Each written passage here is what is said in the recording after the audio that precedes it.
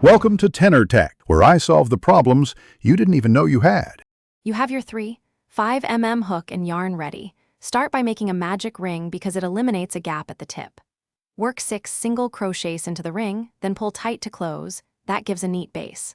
Once done, place a marker at the first stitch and change to round 2. Do 6 increases to 12 stitches. Keep your tension consistent so the sphere forms evenly, and check the underside to avoid accidental gaps.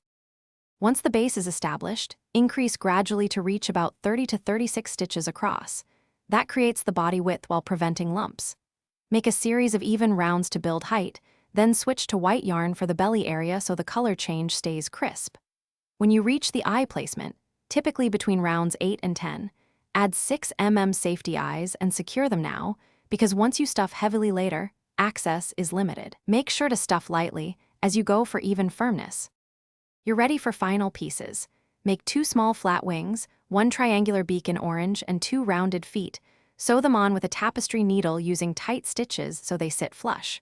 Once the body is mostly closed, add final stuffing, firmer in the bottom for balance, and finish with invisible decreases.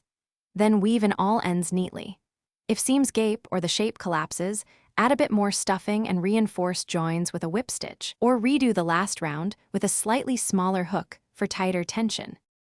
Thanks for watching. Subscribe to keep your life in tune.